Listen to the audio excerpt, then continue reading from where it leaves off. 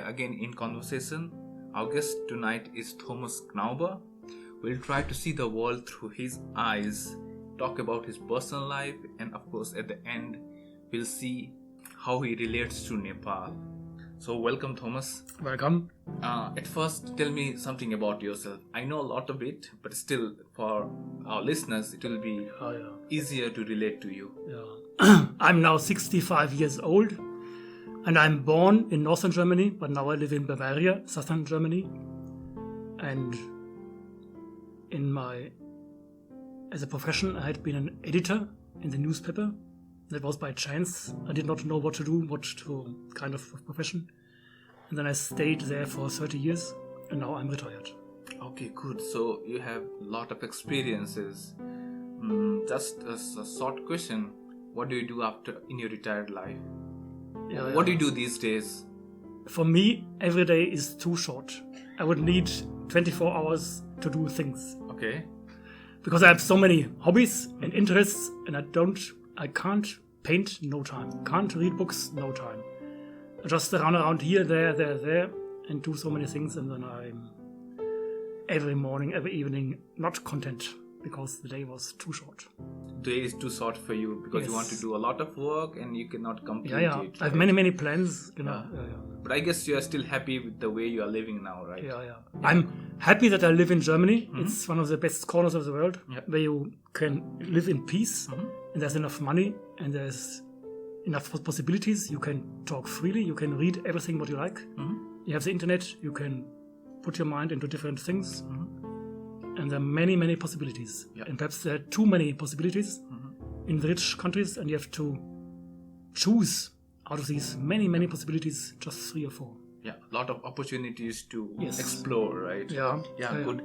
So let's get a little personal. We will want to know a bit personal something about you. My first question is, if I talk about your childhood, what do you remember? In my childhood? Yeah. I forgot my childhood until I got children myself. And when my children were born and they grew up in their first years, I suddenly remembered my childhood. Mm-hmm. It was interesting. Yeah. Because I thought, I can't think back to the year of 2 or 3 years old. Mm-hmm. But then with my children, I suddenly thought back to this time. But still, I guess you must be remembering something like going to school. Everything.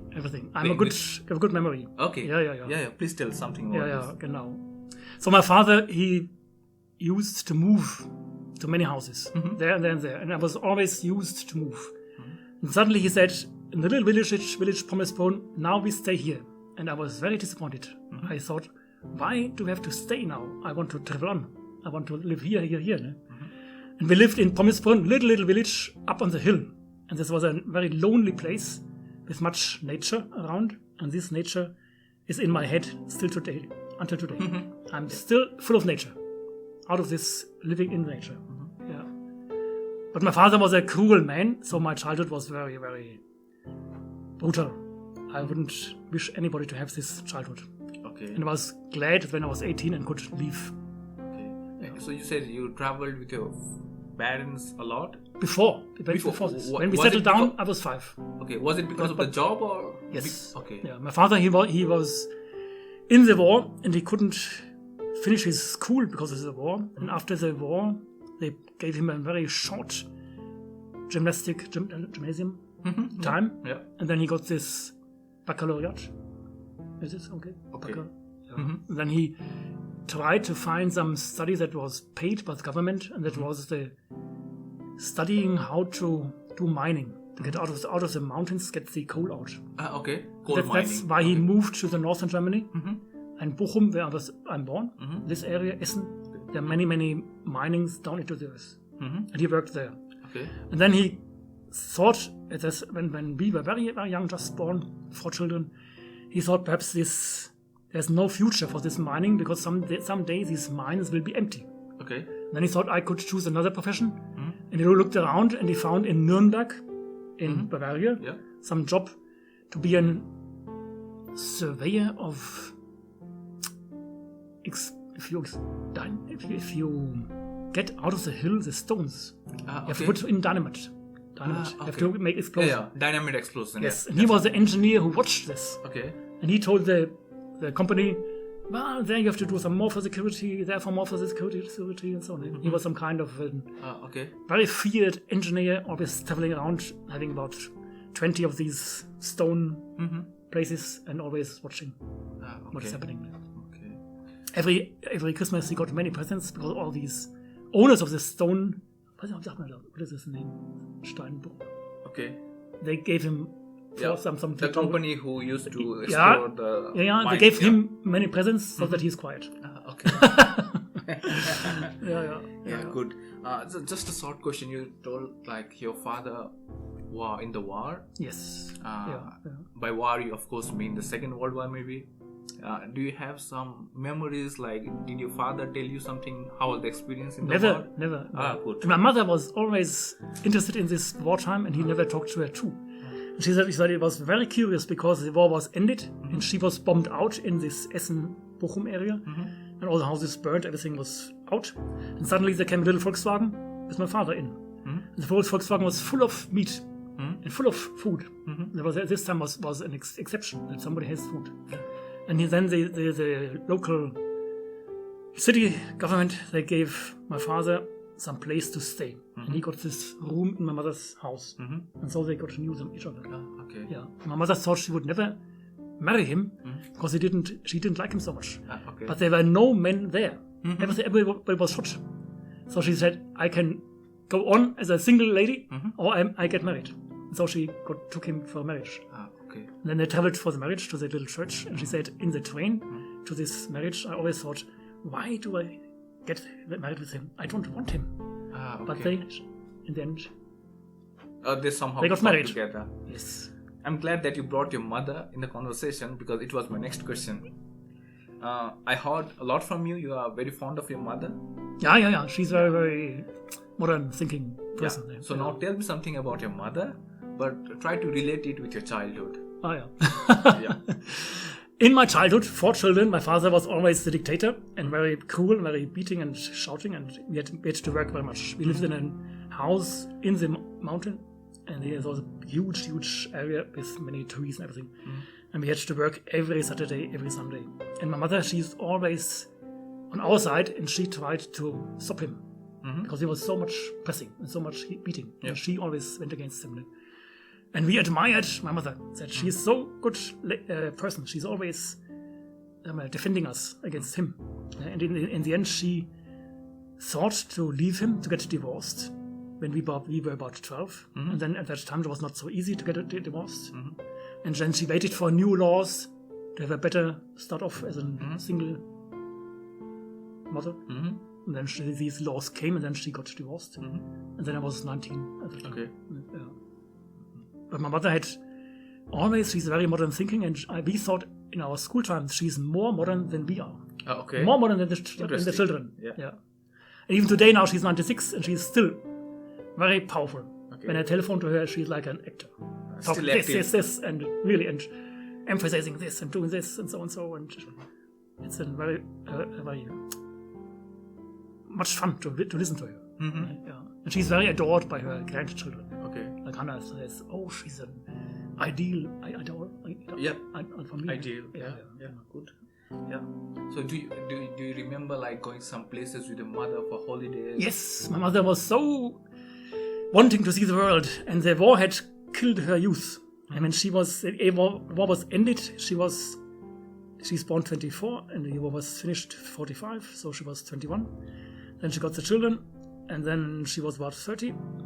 And then she could never travel because my father was so dull. He never traveled at all, always sat at home. And then my mother had a little heritage. She inherited some money from her mother. Okay. This she put into a car and bought a tent. And then all the 4 children into this car. Okay. Then she went to northern Finland, Spain, Turkey, seeing all the world. There was a big traveling, and all the 4 children in the car. It was very, very tight in the car. So you were 3 brothers and 1 sister, right? Yes. Okay, good. No, go ahead. Yeah. And then in the car, there was much among the children, much fighting. And she always said, I stop now and throw you out. You don't deserve it that I take you to France and take you to Spain. You are so dankbar, unthankful. Yeah. Unimaginable. Yeah. I guess but for us it was a big fun to have this tent, and she always traveled this big tent. We had to put it up and down, up and down, up and down, up and down. Every night another place. She never stopped us anywhere. Okay. Yeah. 6 weeks on. I still have those beautiful memories, right? Yes. And you like to travel yourself? Yes, genau. When we were 16 or 17, we decided that we now travel on our own. We didn't want to have my mother always do this passport and money changing and so. And she was shocked. She said, "What? Now I took you all around Europe and suddenly you leave me?" And she was really shocked that all the children left suddenly. Yeah. Talking about, you brought this visa and passport. Perhaps at that time you needed visa even inside Europe? Yes. Okay. Yeah. And always it's a money changing problem too. Okay. You had to have this American Express. Yeah. You had to change your money into American Express and then put it in the bank and get the money back and so. Okay. Yeah. So let's get a little forward. So you were 18, 19, you left your house. So what did you do? You go for higher studies or you... When I finished school, at school I was a kind of editor for the little school newspaper. And then when I finished school, the real newspaper in our little town in Hersbruck, they needed someone for the holidays to work there. Okay. And then this owner of this newspaper asked me if I could come. And I said, yes, I will do. Okay. And I worked there for 3 months. And then he said, oh, you are very, very fit for this job. I could take you for 2 years, and then you have some kind of profession. So I stayed there 2 years. Okay. Then he said it's in our time better to study and return to the newspaper instead of going on in the newspaper. Okay, yeah. Nowadays he said you need more knowledge and more input. So I studied after that, and then I returned to the newspaper. Okay. But it was not easy. When I finished my studies, there was no empty place in any newspaper. Okay. So it was difficult. It was 1 year fighting. Yeah. Okay, we'll come to a job in a while. Just a thing. How did you get your interest in newspaper thing? Like, how did you convince yourself that okay, I'll be working in the newspaper or my future will be in newspaper? Because when I finished this education and I was an editor after 2 years, I thought now I'm doing my real aim. Now I get an artist, and then to be an artist in Germany is impossible. You get poor and hunger, and you starve from hunger. So I thought, okay, then I get a teacher for art. It's cool. So I started these studies in Braunschweig, far away. Yeah. And there I started this, and then I realized it's not the best thing for me, because in Braunschweig you have to be an artist, teacher for art, and teacher for German language. And I thought, for me it's impossible to put my head half of a day in the studies to the art, next half day to linguistics. Okay. I thought, no, I stop. I continue with history of art, German literature, Finnish, and afterwards I do something very free. Yeah. Okay. Good. Talking about job, you said like you finished your studies and then of course you apply for job, and it was difficult to get jobs because there were not many positions in the newspapers. Yeah. So talk us through about around that time. How was it? Like you as personally, like you have already finished your studies. Now your next step is to get a job. Yeah. But you don't find a job, and it's really hard, and sometimes it becomes frustrating. So talk us through that time. Yeah. I finished my studies in Bonn. Bonn is former capital. Yeah, West. Good university. Very, very good university. Then I was hitchhiking back to our home in Bavaria, and with the man who drove the car, he asked me, well, what is your job? What do you do? And I said, I have no job. I just finished my studies. He said, what can you do? What is your ability? I said, none. I've learned nothing. I just can think. That's the only thing what I've learned. I can think. But my history of art, literature, I can't do anything with it. And I realized I can't do anything. Then I went in Nuremberg to the Arbeitsamt office where they give you work and so on. Yeah. They said you could go to Berlin, you could have some job in advertising, do this and this. And then I thought I would try to get back to the newspaper. And before, perhaps I do 1 year job, and I did this 1 year job in an institute in Nuremberg where they collect books of artists. I was working there. but the climate was very bad. I got stomachache. Okay. Very bad time. And then after this year, I thought I leave and go. And then I got this little chance for picnics. And I said to Avis, my wife, now we go to picnics, 2 years, and then we go to New Zealand. We don't stay here. And so I went to picnics. Picnics was a place where nobody wanted to go to. That's why this job was offered. Okay. It was a job where nobody wanted to go to. Yeah, because it's a small town. Because of the leader of the newspaper. Okay. There were 5 people, and he was the boss, and he was a very bad boss. Okay. But after 1 year, he was fired. Okay. And then he was better. So I had 1 very bad year. We were starting in picnics, and then it was getting better. Then I told Avis, now we leave for New Zealand. And Avis said, I don't know what to do. New Zealand, and so. And then I said, why not? We could live there. And I said, it's too complicated. Better we get our children here, and then we perhaps go for holidays to New Zealand. So I said, so it's okay. We do the children very fast, one after the other, getting 3 children in about 4 years. And then we pack them in, and we make a long quarter of a year of New Zealand. So we did this. We traveled to New Zealand for a quarter of a year. Children in the rucksack, and Hannah was 2.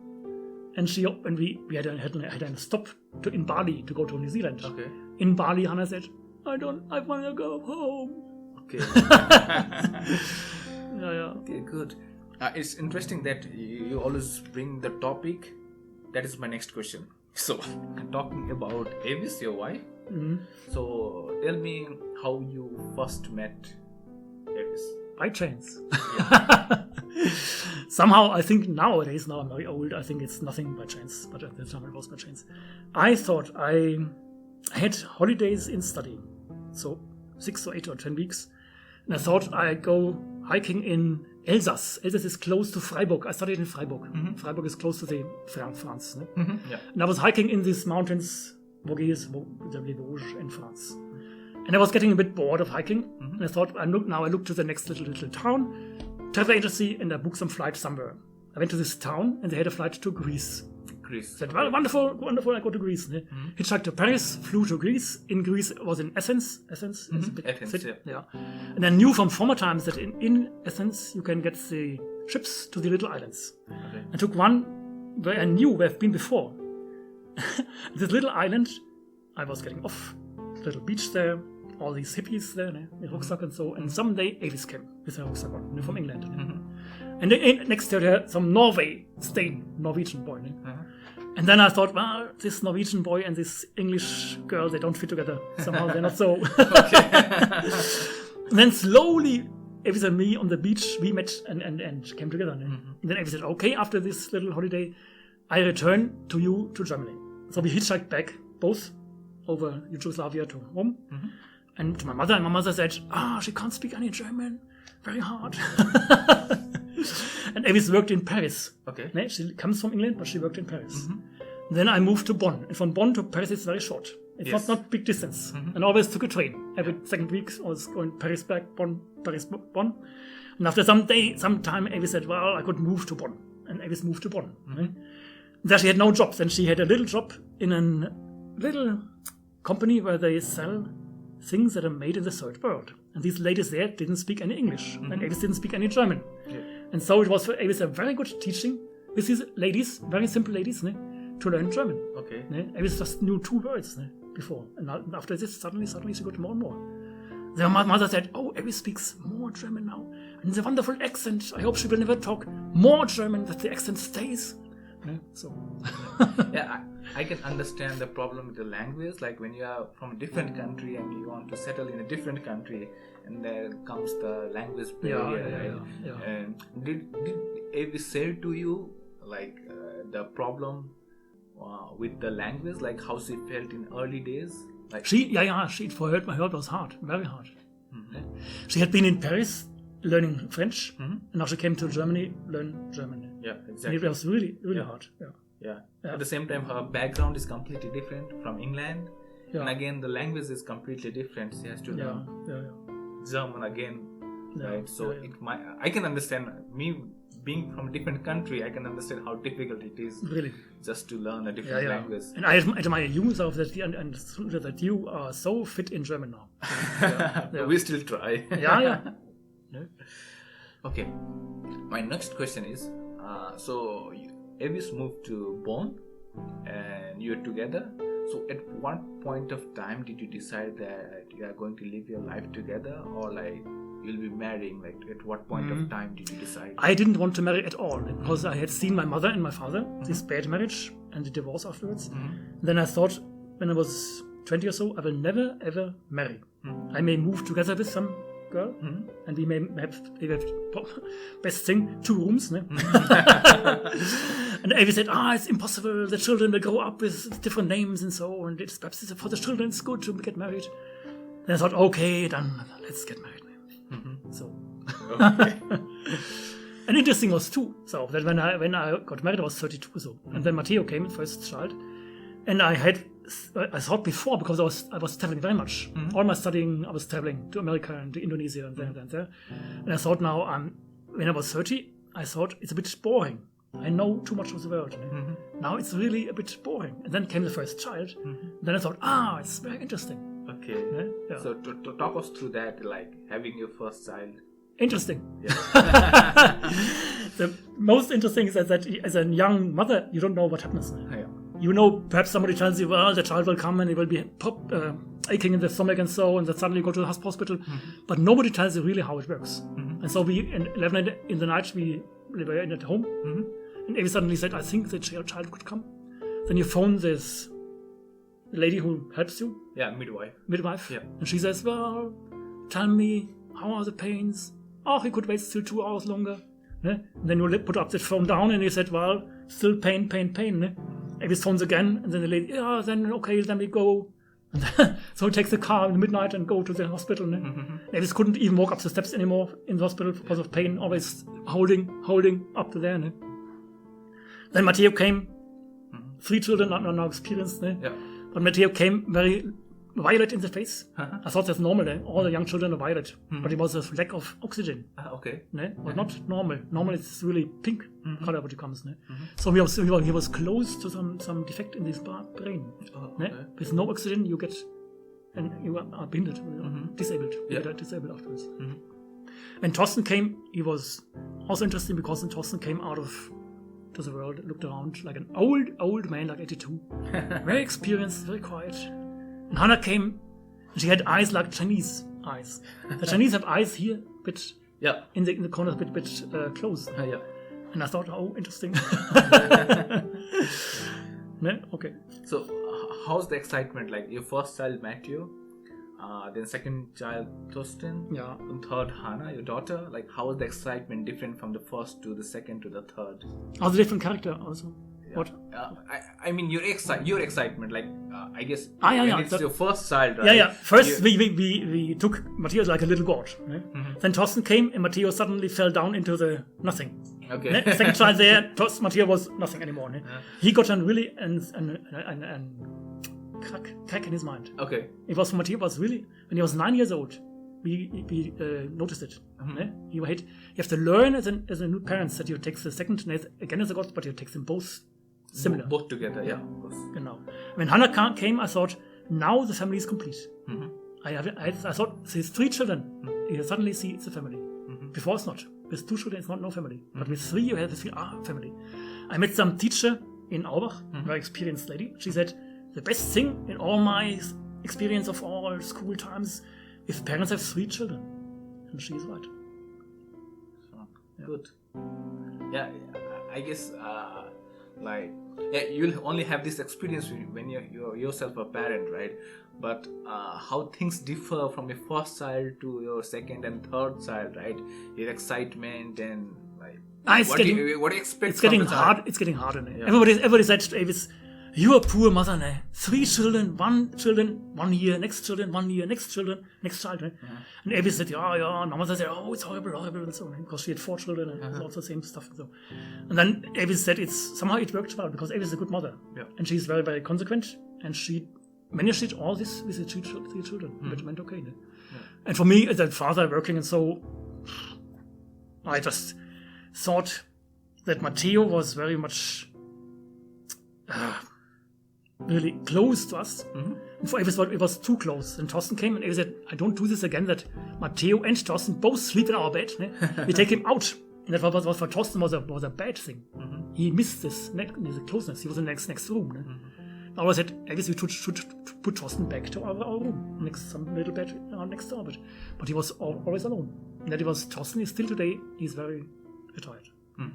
Then Hannah came, and that was better again. Hannah was integrated again anymore. She could live close to our beds.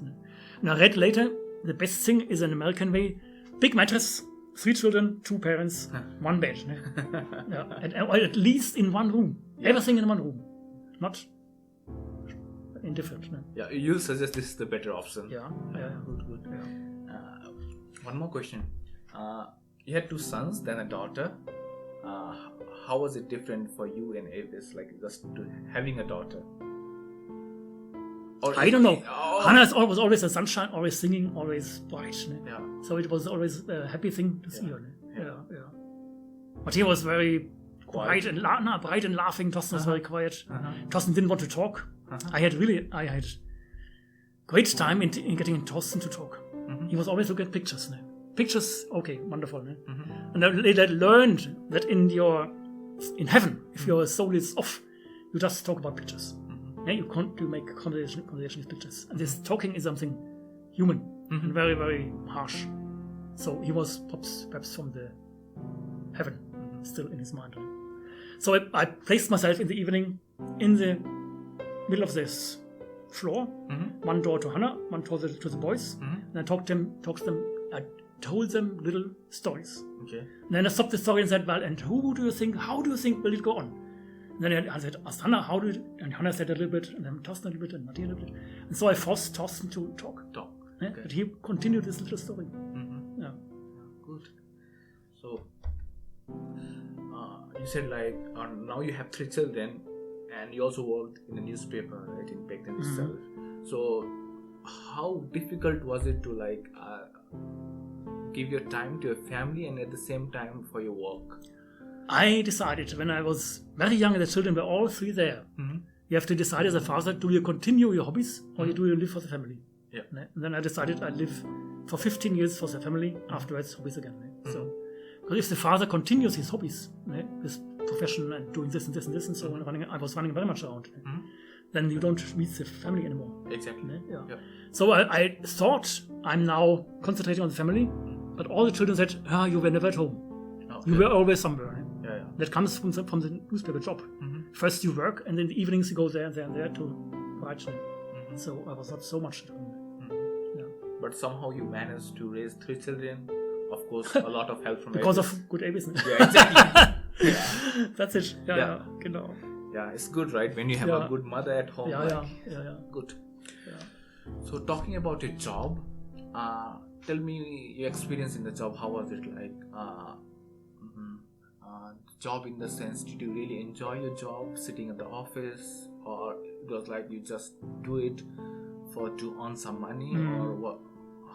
In the beginning, I did it for money, and for the family. Of course. If without children, I would have never done any job. I would have traveled, worked somewhere, all around the world.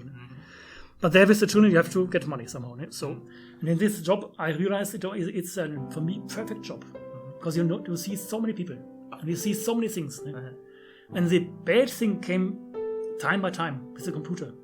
Before, without computer, we had just to go and write. Then the computer came, you have to do some layout. You have to do your own photos into this computer. And then, in the end, when I left the newspaper, I was fed up. Okay. Up to the nose, I thought, no, it's not, I don't get out anymore so much, very, very little.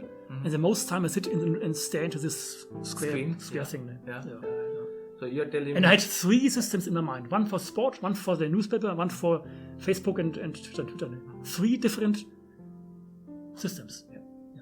So you're telling me you started your job starting writing in a paper or something, then perhaps you learned typewriter, then came the computer, right? Was it a difficult experience to every time learn a new thing?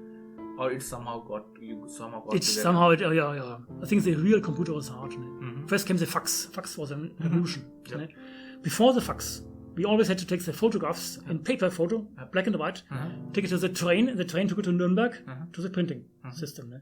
Then came the fax suddenly, and put in something and fax it forth and back. Ne? Then came somehow this made by Siemens. Siemens is in Erlangen, close to Nuremberg. Ne? The bosses knew each other, so the Nuremberg boss bought Siemens system for our computer. Bad thing, ne? Should have done other system. Ne? So we lived with this Siemens for some years. Ne? Then the boss realized, it's not so good. Let's get a professional system. Ne? Got this system. Ne? Yeah, and we were trained, and I thought horrible. Ne?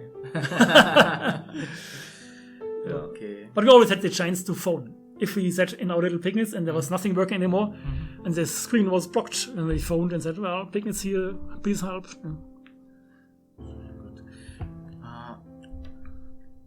I still have a lot of questions to ask to you, but I don't think I will be able to cover it now or maybe today. Perhaps I'll be interested more of learning about Germany around that time, maybe around 1990s, when they were 1988 or 89, right? When there were two Germanys and how the experience were different at both sides of Germany. Perhaps we'll do it in next episodes when we have time, perhaps when you have time. But just a short question. Just tell me one thing. Go through your memories and tell me there was a day when two Germanys, right, East Germany and West Germany got united. That moment. How was that moment? For me, it was a good moment and very happy. My mother, after she phoned me when she was at home, she said she cried. She cried. It was so moving that she could see this in her life. Perhaps we'll talk about it more. And because why I asked this question, because this moment, this episode in history changed a lot of things in the world itself. So I'm kind of interested, but perhaps maybe we'll keep it for next episode, right? And not only this politics, but your life around that politics that we'll talk about later. But let me, at the end part, let me get to your connection to Nepal. Right? We said earlier that we'll talk something about this. You are very fond of Nepal and you have been traveling to Nepal perhaps every year now. Just tell me, when did you first hear about Nepal? I always heard about the Himalaya. And I wished to see the Himalaya. Right? Then we got the chance, a friend of mine, Wolfgang, and me, to travel to the Nepal to see the Himalaya. And then we walked up to Namche Bazaar and Everest Base Camp and so, and then we thought, oh, incredible, these white mountains and blue sky, very good. And then I always enjoy Kathmandu, this old life in the middle of old Kathmandu. I like this too. And then we had the chance to. We met our guide. He has a little village where we could help. And since then we started this closer connection. Yeah, just a moment. So, when did you first travel to Nepal? In 2006, 14 years ago. 14. Okay, 2006, around that time. And last time you traveled perhaps in 2019? 19. Yeah. So between those years, how changed was? I saw the big change. Because I came to the village, there was no glassy window. No glass window. And now everything is glass window and you have computers in the little houses. Okay. And everybody has a smartphone. So the revolution, like a big wave into the mountains over the little villages. Yeah, for 13, 14 years, a lot changed, right? Yeah. Impossible. When I started, impossible. The children sit there, have a little tablet and watch dancing, Nepalese dance on the screen. Tell me your experience in Kathmandu, about Kathmandu. How do you feel there? What do you like there? I like it very much. I think it's like 1001 night. What in Germany you say, Orient. And I met people who had been there 20 years before. And they say Kathmandu is lost. It's not anymore this 1001 night, but for me it's still in the old lanes, in the old places. You still find it beautiful? Still find it, Also, I like these rickshaws and rickshaw men. They're very good men. Those poor men who cycle around Kathmandu. Yeah, it's good. It's interesting that you say that, because for a lot of people, for younger generation, Kathmandu has been over time a lot crowded, a lot of pollution, but it's different perspective, right? You still find it very beautiful, interesting, right? And yeah, when you go inside the streets in a circle. In a circle, it's really beautiful. Of course, you have a lot of experience meeting around people, and so you also travel to villages near to Himalayas like Anpan, Saleri. You go there, right? Yeah. So and how it is different from Kathmandu itself? I think the villages, I admire the villages because they are so many. If you come by the airplane, you see many villages. Yeah. 1 million or so. Ne? Each village has nearly no road, just a little path up to somewhere. Ne? And these people live there, and they have to live there. And it's perhaps their dream to be in Western Germany or somewhere in New York. Ne? But they have to stay in the little village. And I think it's a hard life somehow. Ne? They don't know how lucky they are, because they always think it's better outside. Ne?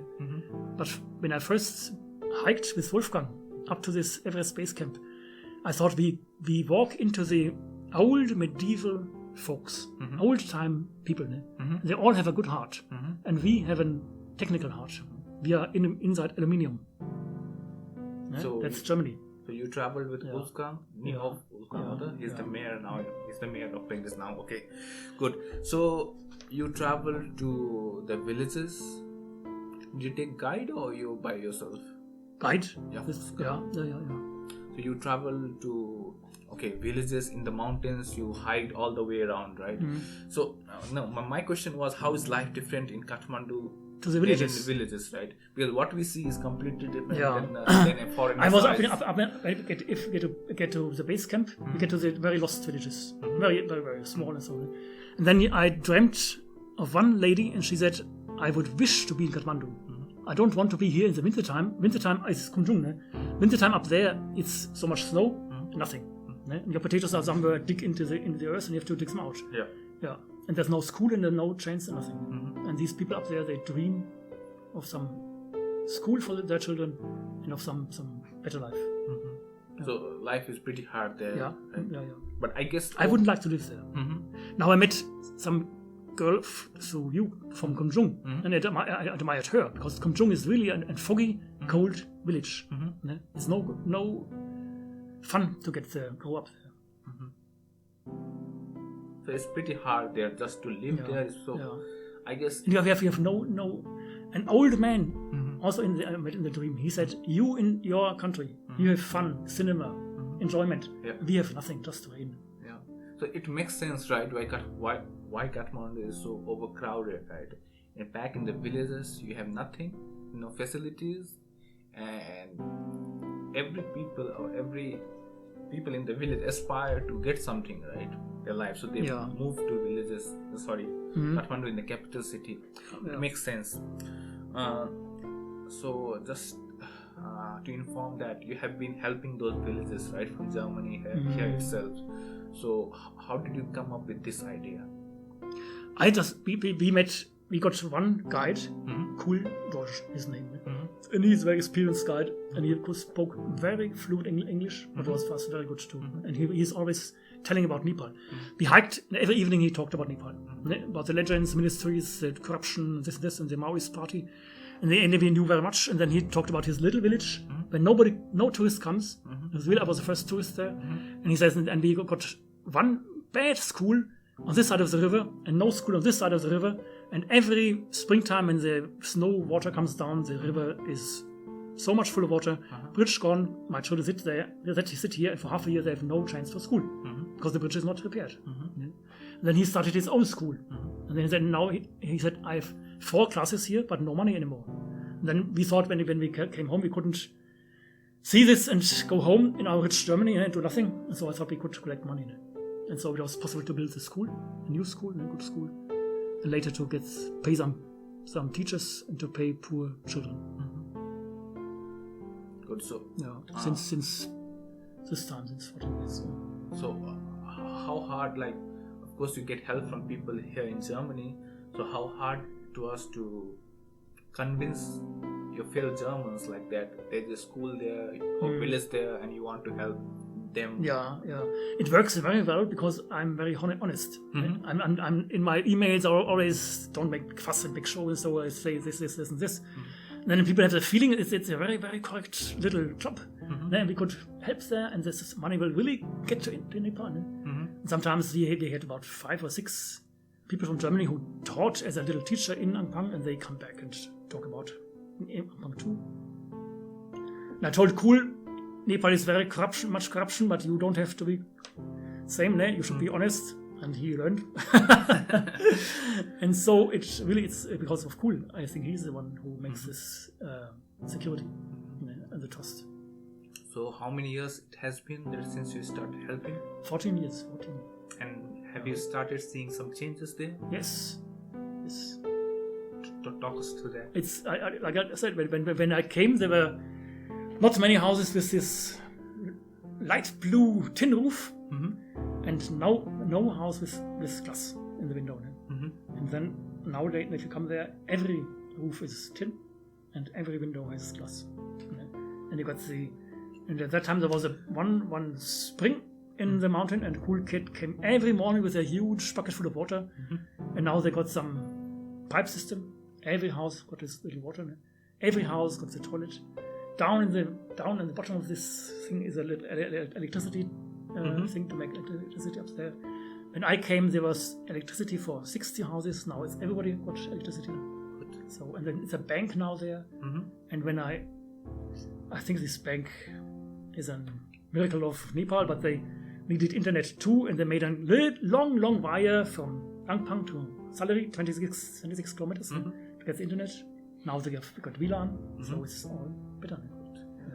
So, I guess the people there realize that how much you people are doing to help them, and at least they acknowledge. I hope they acknowledge it, right?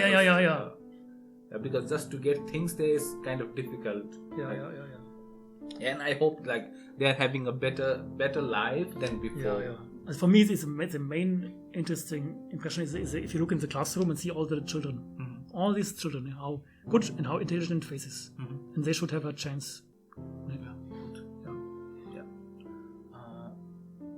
Okay. So how long do you plan to like keep helping them, or depends on? Until I'm 75 or 80 something. Okay. I learned that the Germans start their help at the age of 50, then they have 20 years time, and then they are too old and they go. Yeah. So I think that that's a normal way then. So you have this organization called Kinder for Nepal, right? Yeah. So talk us about your organization and tell us like if somebody wants to help you, how could they do it? Yeah. We had much luck because we have friends in Hamburg, and they have also some Nepal club, Helping Nepal, and they gave us the address of a judge in Chemnitz. Chemnitz is a big town up north, and he gave them money, and later from us too. Always, if he had somebody criminal, and this criminal was jailed and so, and he could get out of the jail if he pays money, then this judge took the money up to Nepal. That worked very well. We had for 6 or 7 years, we had no problem with money. But now he stopped this. I think he can't do any more just for Nepal. He must perhaps give the money also to other places. Yeah. And now we have a bit of lack of money, and we reduce our help in one school in Maidana. We stopped a little bit. But I'm always a bit lucky. Now we found some leader of a company in Nuremberg. He's a bit rich, and he says, "Well, I can pay the money." And we found some lady somewhere in faraway Germany. She said, "Yes, if you're really broke down, no money, I can help some money." And so it goes on. Okay, good. Yeah, good to hear that, and best wishes for your future. Hope you get a long way. And if somebody want to help, I could write your contact in the description, right? So that if somebody wants to help, they can contact you. Just the homepage link. Yeah, of course. So we are already into 45 minutes, so we'll try to end this. Of course, it's not I wanted to extract a lot from you, but it's not all of your 63 years, right? So 65 years, and you still are younger than most of us. You seem to like you are still active, right? That's more important. So perhaps when you have time next time, we'll talk more about your life, and perhaps you could share to us what you feel important or in your life, what's really good, what went bad, your experiences, you could share to us. Yeah. And we'll go through that. Yeah. So, just last question. Tell me, how did you feel about this? Very good. And you're a good interviewer. I'm just trying. You like to do it, and you are really good doing good. No, I thought of like not just doing for an interview. We make a conversation, and I learn more about you. Though I still know more about you, but just to explore a lot your personal things, your experiences. It's kind of a lesson, also a lesson from me for me. Much. And perhaps if I share it, or when I share it, and when people hear it, if they are interested, it's also a lesson from them. Like just to learn. You are in yourself a history with a lot of lessons, a lot of experiences, right? Just to share with them would be a wonderful idea. Yeah. So thank you very much for your time. Thank you too.